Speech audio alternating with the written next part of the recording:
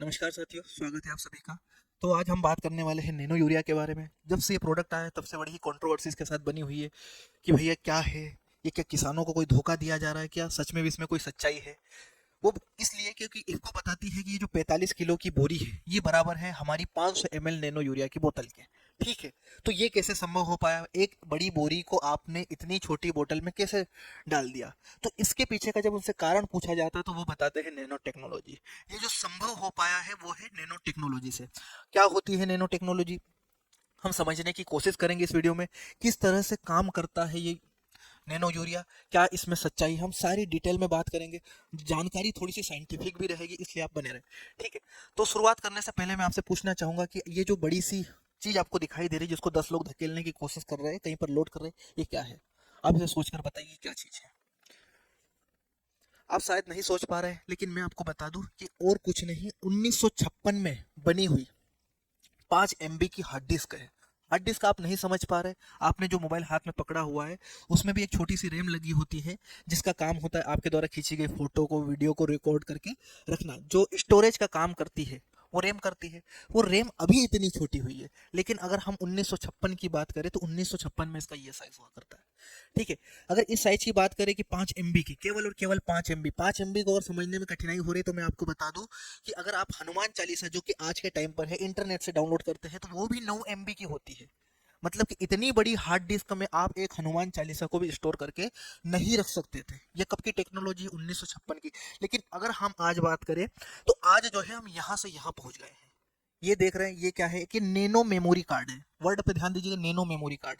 इसका मतलब ये है कि हमने इसका साइज इतना छोटा कर दिया है कि ये पहले इतने बड़े साइज में 5 MB की थी, लेकिन इतनी छोटी हो गई। उसकी कैपेसिटी की अगर हम बात करें तो ये 15 लाख MB है। ये 5 MB इतनी बड़ी, ये 15 लाख MB इतनी छोटी है। जहां पहले हम केवल एक गाना डाल पाते थे इसमें, यहाँ हम 3 लाख गाने डाल सकते थे छोटी में। तो संभव तो ये भी हुआ है ना। और ये भी कैसे संभव हुआ, नैनो टेक्नोलॉजी की मदद से ही संभव हुआ है। जब ये से ये संभव हो सकता है तो फिर यहाँ से यहाँ संभव क्यों नहीं हो सकता। और ये संभव हुआ है, आज के वीडियो में मैं आपको पूरी यही बात बताऊंगा। ठीक है, चलिए तो जानने की कोशिश करते हैं कि क्या है ये 45 किलो की बोरी की सच्चाई। ठीक है, तो पहले हम समझेंगे कि नैनो टेक्नोलॉजी क्या है। देखो, नैनो वर्ड का मतलब होता है कि बहुत बहुत बहुत छोटा कण। कितना छोटा कि अगर आप 1 मीटर की स्केल लेते हैं तो आपको उसके 1 अरब टुकड़े करने पड़ेंगे, और जो एक टुकड़ा रहेगा वो रहेगा 1 नैनोमीटर का। सोचिए, 1 मीटर की स्केल के 1 अरब टुकड़े, है ना। अब और समझते हैं। आपको ये पहला डायग्राम अगर कुछ समझ में आए तो सोचिए क्या है। तो शायद आप सोचेंगे कि ये कोई सरिया है जो कहीं पर गड़ा हुआ है, लेकिन ऐसा बिल्कुल भी नहीं। ये जो है, ये अपना जो ह्यूमन होता है, मतलब जो मानव शरीर होता है, उसका बाल है, सिर का बाल है। ठीक है, जो कि सूक्ष्मदर्शी से देखने पर हमें ऐसा दिखाई देता है। और इस बाल के साइज की अगर मैं बात करूंगा तो ये होता है 1 लाख नैनोमीटर का। मतलब आपके जो सिर का बाल है वो भी 1 लाख नैनोमीटर बड़ा है ना। और ये दूसरे नंबर का अगर आपको बताओ तो ये है कोरोना वायरस, जिससे 4 साल पहले हम बहुत परेशान थे, है ना। तो कोरोना वायरस का साइज भी देखा जाए तो कितना है, 68 नैनोमीटर। और ये जो तीसरे नंबर पे आपको दिखाई दे रहा है यही है नैनो यूरिया। ठीक है, कि हमने इसका साइज इतना छोटा कर दिया है जो कि 20 से 50 नैनोमीटर का है, मतलब कोरोना वायरस से भी छोटा। ठीक है, तो यही है नैनो टेक्नोलॉजी। और जब हम इतना साइज किसी का छोटा कर देते हैं तो उसका प्रभाव जो है बहुत बढ़ जाता है। तो इसने हमारे यूरिया के साथ कैसा काम किया, इसको समझने से पहले हमें हमारा जो बोरी वाला यूरिया होता है, दानेदार यूरिया, उसको समझना पड़ेगा। तो आप सभी लोग जानते हैं कि हम यूरिया क्यों देते हैं। हम यूरिया देते हैं नाइट्रोजन के लिए। भैया देखो, पौधों को यूरिया थोड़ी ना चाहिए, पौधों को तो क्या चाहिए, नाइट्रोजन चाहिए। और नाइट्रोजन के लिए हम क्या डालते हैं, यूरिया। यूरिया की बोरी पर बड़े बड़े अक्षरों में लिखा होता है 46% नाइट्रोजन, है ना। तो हम देखते हैं कि अगर हम एक 45 किलो की बोरी खेत में डाल रहे हैं और उसमें अगर 46% नाइट्रोजन है, तो यहाँ पर जब गणित लगाते हैं 45 का 46% निकालते हैं तो हमें पता चलता है कि उस बोरी में, 45 किलो की बोरी में केवल 20.7% सॉरी किलो, 20.7 किलो क्या है, नाइट्रोजन। बोरी कितने की, 45 किलो की। नाइट्रोजन कितनी, आधी से भी कम, 20.7। अब देखो, ये तो उस बोरी में थी पौधों को क्या इतनी मिल जाती है? नहीं मिलती, क्योंकि हम और आप जानते हैं कि जो हम यूरिया जमीन में डालते हैं, मिट्टी में डालते हैं, उसका बहुत सारा अधिकांश भाग जो है नुकसान में हो जाता है। क्यों? क्योंकि उपयोग किए जाने वाले कुल यूरिया का केवल 30 से 40% भाग ही उपयोग में आता है। बाकी का या तो गैस बन के उड़ जाएगा या तो जड़ क्षेत्र को छोड़ के निकल जाएगा। तो हम देखते हैं कि भैया 30 से 40% मान लीजिए कि 35% यूज में आया है ना।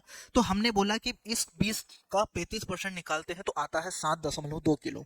मतलब कि जब हम एक बोरी यूरिया डालते हैं तो केवल और केवल 7 किलो ही पौधों को मिल पाता है, उपलब्ध हो पाता है।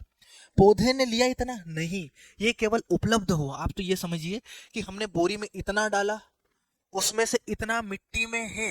अब पौधे क्या इतना पूरा ले लेंगे? नहीं, पौधे तो इसमें तो बहुत थोड़ी सी मात्रा ले पाते हैं। समझते हैं ना? ये तो था बोरी का गणित कि भैया 45 किलो की बोरी में इतनी नाइट्रोजन जो है पौधों को मिल पाती है। आगे समझते हैं बोतल वाली यूरिया का क्या गणित है। बोतल आती है 500 ml की, है ना। उसमें बताया गया 4% नाइट्रोजन है। तो 500 ml का 4% निकालता हूं तो मैं अगर ग्राम में बात करूं तो आता है 20 ग्राम। मतलब कि उस 500 ml की बोतल में अगर यूरिया की बात करूं, सॉरी मतलब नाइट्रोजन की बात करूं, किसकी? नाइट्रोजन की बात करूं, तो वो सिर्फ और सिर्फ 20 ग्राम है। बोले सर नुकसान यहाँ नहीं होता? नहीं, नुकसान तो यहाँ भी होता है। कैसे? देखो, अनुकूल परिस्थितियों में अगर यूरिया की उपयोग क्षमता हम 90% माने, अनुकूल मतलब कैसे कि भैया अगर जो साइंटिस्ट, जो वैज्ञानिकों ने बोला है, हम उसी तरह से उसी समय पर अगर यूज करते हैं तो इसकी जो क्षमता है वो 90% तक निकल के आती है, हम मान लेते हैं, है ना। तो हमने 20 का 90% निकाला, 10% नुकसान हो गया। तो पौधों को मिल पाती है 18 ग्राम। मतलब हमने डाली 20 ग्राम और पौधों को मिली 18 ग्राम। तो अब जो गणित है वो एक बोरी यूरिया का नहीं, अब तो जो गणित है वो 7 किलो नाइट्रोजन और 18 ग्राम नाइट्रोजन के बीच है। क्यों? क्योंकि हम जानते हैं एक बोरी हमने डाली है 45 किलो की, लेकिन उसमें नाइट्रोजन केवल कितनी मिली? 7.2। हमने एक बोतल जरूर डाली है लेकिन मिली कितनी? केवल 18 ग्राम। तो हमें अब ये देखना है कि 18 ग्राम और 7.2 किलो कैसे बराबर हो सकते, इसी को समझते हैं। ठीक है। तो सबसे पहले हम देखते हैं दानेदार यूरिया के बारे में, है ना। कि जब हमने बोरी वाला यूरिया खेत में डाला तो क्या हुआ? जैसे हम बोरी वाला खेत में यूरिया डालते हैं तो ये यूरिया डालते हैं, मिट्टी में जाने के बाद वो घुलता है, और घुलने के बाद आप देखेंगे इसका बहुत सारा भाग जो है वो नीचे चले जाता है। देखो ये जड़ क्षेत्र है, इतना जो है जड़ क्षेत्र है, ये जड़ क्षेत्र को छोड़ के नीचे निकल गया यूरिया, है ना। कुछ जो है नाइट्रोजन जो है वो गैस बन गई, है ना। कुछ गैस बन गई, कुछ नीचे निकल गया। बोल दिया ना 70% नुकसान हो गया। अब जो बचा हुआ 30, 35, 40% था वो यहाँ उपलब्ध है ना। मतलब यहाँ वाले नाइट्रोजन को पौधे ले सकते हैं, लेकिन क्या ले पाते हैं? नहीं ले पाते। क्यों? इसको मैं थोड़ा सा जूम करता हूँ। जब इसको जूम करता हूँ तो कुछ स्थिति ये वाली होती है। क्या हो रहा है? जैसे ही हमने यूरिया डाला तो जो यूरिया डालने के बाद आप भी जानते हैं पानी ठंडा हो जाता है। जैसे ही आप यूरिया को पानी में घोलो, पानी तुरंत ठंडा हो जाता है। वो ठंडा होने के जस्ट बाद क्या होता है, तुरंत बाद क्या है कि जो नाइट्रोजन या यूरिया के कण है, यूरिया के कण जो है आपस में आके ऐसा घेरा बना लेते हैं, ऐसा गुच्छा बना लेते हैं। ये देखिए, ये इतना बड़ा गुच्छा बना लिया है। अब इस गुच्छे में से क्या सभी के सभी नाइट्रोजन पौधा ले लेगा? नहीं ले पाता है कि नहीं है? मिट्टी के पास, जड़ के पास है कि नहीं है, लेकिन पौधा नहीं ले पाता है। इतने बड़े गुच्छे में से केवल कुछ कण नाइट्रोजन ही पौधों को उपलब्ध हो पाता है, मतलब कि वो उसे ले पाते हैं। मतलब वही तो बात है, नुकसान हो गया। ठीक है। तो वही चीज है कि यहाँ पर जो हमने यूरिया डाला है वो पूरा का पूरा काम में नहीं आया। तो अब कुछ लोग कहते हैं कि यार ठीक है, मिट्टी में नहीं काम में आ रहा है, तो आप बोल रहे हो कि नैनो यूरिया को हमें पत्तियों पे छिड़कना है। तो एक काम करते हैं ना, उसमें 4% नाइट्रोजन हम हमारे पुराने दानेदार यूरिया को घोलते हैं पानी में और इसको पत्तियों पर छिड़क देंगे, तो ये भी तो काम करेगा। ऐसा नहीं है। देखो, इसको और अच्छे समझने के लिए हम इधर देखते हैं पत्तियों पर क्या होगा। ये रही पत्ती, पत्तियों पर हम जैसे ही छिड़कते हैं यूरिया को, है ना, तो ये रही पत्ती, मैंने जूम कर दिया, पत्ती कुछ इस तरह से दिखाई देती है। ठीक है। ये जो संरचनाएं आप देख रहे हैं ये है छिद्र, है ना।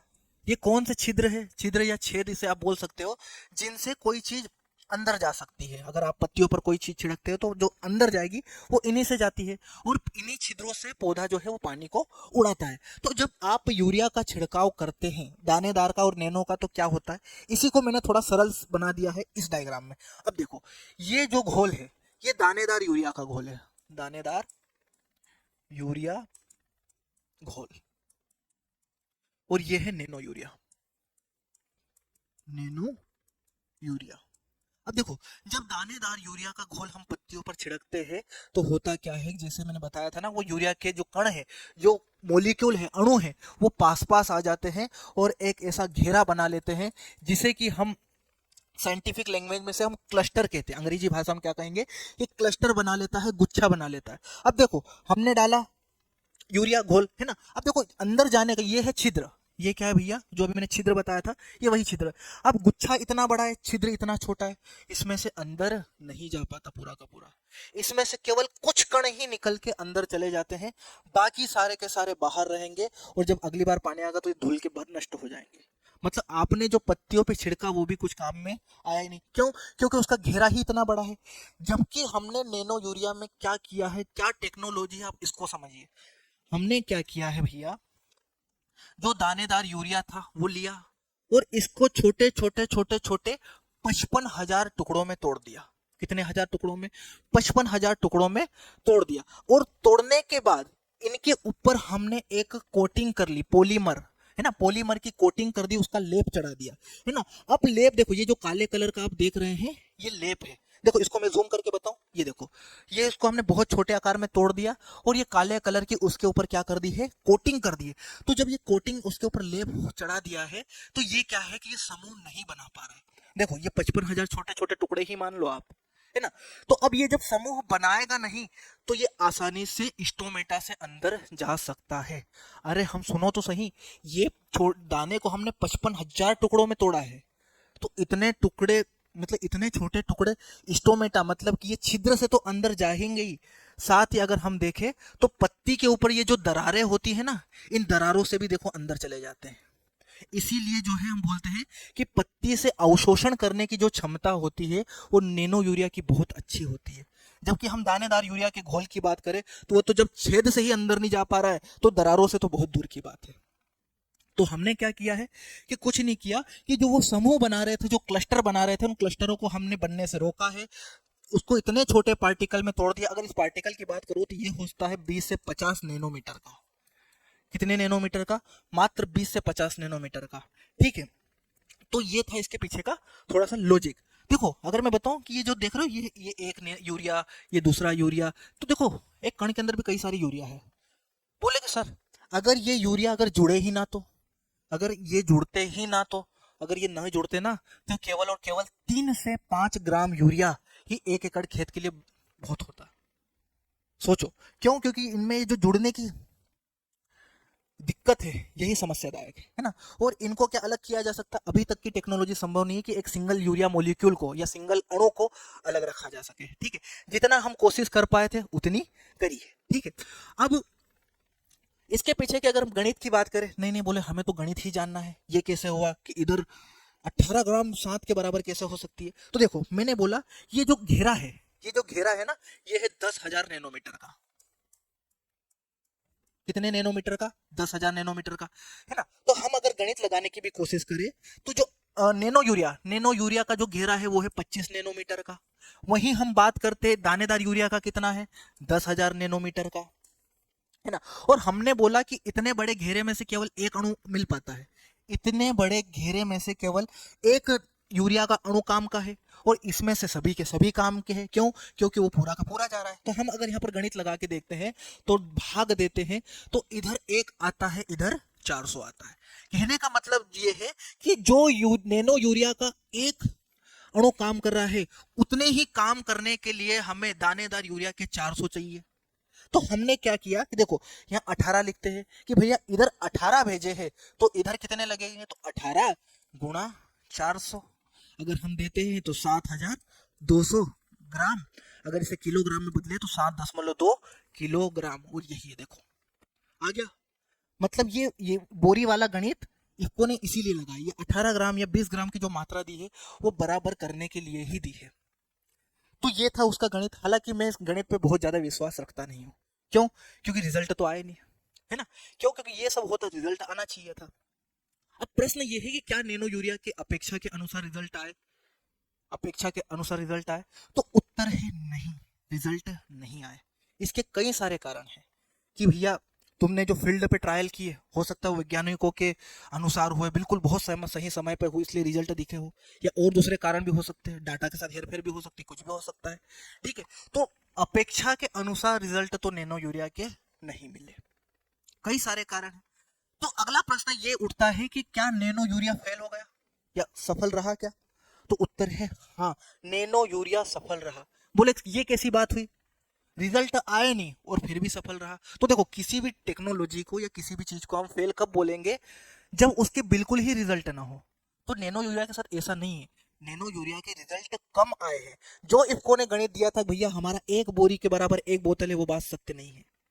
एक बोरी बराबर एक बोतल, वो तो कतई भी सत्य नहीं है। कम से कम ये 4% वाली बोतल जो तुमने दी है, इसके साथ तो सत्य नहीं है। तो क्या हम इस प्रोडक्ट को बेकार मान ले? नहीं, प्रोडक्ट को बेकार नहीं मान सकते, क्योंकि यही भविष्य है। इस बार जो नैनो यूरिया यूरिया जो दानेदार यूरिया है और जो डीएपी की कमी आप मार्केट में देख रहे हो, ये हमेशा बनी रहेगी। क्यों? क्योंकि सरकार ही नहीं चाहती कि ज्यादा प्रोडक्शन हो, सब्सिडी जा रही है, कच्चा माल नहीं मिल रहा है। तो आप इसको इफको का प्रोडक्ट मत मानिए, ये तो भारत सरकार का प्रोडक्ट मानिए। ठीक है, कितना यूरिया बिकेगा मार्केट में, ये इफको डिसाइड नहीं करती, ये सरकार डिसाइड करेगी। ठीक है, तो सफल क्यों रहा? क्यों? क्योंकि थोड़े से रिजल्ट मिले, लेकिन मिले तो सही ना। और सुधार की प्रक्रिया ऐसी है, अगर हम देखें कि भैया हम यहाँ से यहाँ पहुंचे थे, तो क्या एक बार में थोड़ी ना पहुंचे थे। देखो 1956 में हमने इतनी बड़ी मशीन बनाई, फिर धीरे 73 में ये, 80 में ये, 2000 में ये, 2006 में ये, और आज कहीं जाके हम इस कंडीशन में, हमें भी तो 50-60 साल का समय लगा ना इतनी बड़ी मोबाइल की डिस्क से छोटी सी रैम बनाने में। तो हम भी तो यही कर रहे हैं। देखो एग्रीकल्चर में भी तो यही हो रहा है कि पहले इतनी बड़ी बोरी थी, फिर हमने बोतल बनाई, लेकिन रिजल्ट कम आए क्योंकि 4% की थी। इसीलिए इफको के अधिकारियों ने इस बात को समझा कि फील्ड पे किसानों के बराबर रिजल्ट नहीं आ रहे हैं, इसीलिए जो है अब नैनो यूरिया प्लस लॉन्च किया गया है, जिसे आप सुपर नैनो यूरिया भी बोल सकते हो। जहां पहले 4% नाइट्रोजन हुआ करती थी, अब जो नाइट्रोजन है वो कितनी है? 20% है।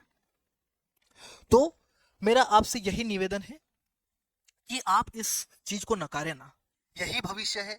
क्यों? क्योंकि यूरिया से जितने भी दानेदार फर्टिलाइजर है जिसे हम मिट्टी में डालते हैं, मिट्टी की हालत इतनी खराब हो गई, इतनी खराब हो गई है कि अगले 20-30 सालों के बाद तो ये मिट्टी किसी काम की नहीं रहेगी। इसीलिए गवर्नमेंट चाहती है कि आप यहाँ से यहाँ शिफ्ट हो, और आप इस गलत फहमी में ना रहे कि अगले बार जो है यूरिया की अच्छी अवेलेबिलिटी रहेगी, डीएपी की समस्या नहीं रहेगी। ये रहेगी, हमें शिफ्ट होना ही पड़ेगा। और इसे आप मजबूरी मान लीजिए, जरूरत मान लीजिए, कुछ भी मान लीजिए, लेकिन ऐसा ही है। और रिजल्ट इसके नहीं आए, ये भी बात मैं मानता हूँ, सभी मानते हैं, है ना, लेकिन इसके रिजल्ट आएंगे। और कहीं कहीं पर अभी बात करने से पता चला भी है कि प्लस के, नैनो यूरिया प्लस के रिजल्ट है। हालांकि ये अभी अभी आया प्रोडक्ट है, अभी इस सीजन के बाद ही हम बता पाएंगे कि इसके रिजल्ट कितने अच्छे हैं। ठीक है, तो आज की जानकारी अपनी इसी के ऊपर थी। और एक बात ये भी है कि देखो, नैनो यूरिया के रिजल्ट नहीं आए, लेकिन डीएपी के तो आए ना, नैनो डीएपी के तो आए। अगर टेक्नोलॉजी गलत होती या टेक्नोलॉजी फर्जी होती तो इसके भी रिजल्ट नहीं आते, लेकिन डीएपी के रिजल्ट आए, इसका मतलब यह है कि टेक्नोलॉजी गलत नहीं है। हमें धीरे धीरे करके मौका देना जरूरी है। और इसको ये भी नहीं बोलती कि आप पूरा का पूरा रिप्लेस करो, उन्होंने केवल ये कहा है कि आप 50% दानेदार यूज करो और 50% जो है नैनो यूज करो, है ना। मतलब 50% कमी करने को इतनी तो की जा सकती, क्योंकि वैसे भी हम ओवर ही डाल रहे थे, है ना। तो अगर इसका यूज करते हैं तो हो सकता है फायदा हो, क्योंकि रिजल्ट तो अभी इस सीजन के बाद ही, लेकिन हमारी ये जरूरत है। तो आप सभी से निवेदन है कि बिल्कुल नकारे ना प्रोडक्ट को, प्रोडक्ट ऐसा खराब नहीं है, कमियां थी जिसमें सुधार होकर नया आया। अगर इसमें भी कमियां रहेगी तो और आगे सुधार होगा और इसको और सुधारा जाएगा। ठीक है, रही बात ये सस्ती है महंगी है, तो मेरा तो ये मानना है कि कोई बहुत ज्यादा सस्ती तो नहीं है, और तब तक तो बिल्कुल भी सस्ती नहीं है जब तक रिजल्ट नहीं आते, है ना। हाँ, अगर आपकी रिजल्ट दे रहे, बराबर रिजल्ट आ रहा है, तो आप बोलो कि 225 रुपए बहुत सस्ती है, रिजल्ट के बाद सस्ती है, लेकिन जब तक इसके रिजल्ट नहीं आ रहे थे तब तक तो ये सस्ती नहीं है। मेरे हिसाब से इसको और सस्ती होना चाहिए, लगभग इसका प्राइस 150 रुपए से भी नीचे आना चाहिए। हाँ, जब आपके रिजल्ट आना चालू हो जाए तब बढ़ा दो ना, कोई समस्या नहीं, किसान लेगा। ठीक है, तो आज की जानकारी इतनी थी। मेरा वीडियो आपको कैसा लगा? अगर अच्छा लगा हो, अगर आपको थोड़ी सी सही इन्फॉर्मेशन मिली हो, तो आप दूसरे लोगों तक पहुंचाए, लाइक शेयर सब्सक्राइब करें। मेरा नाम है मोहित जायसवाल, आप सभी का बहुत बहुत धन्यवाद।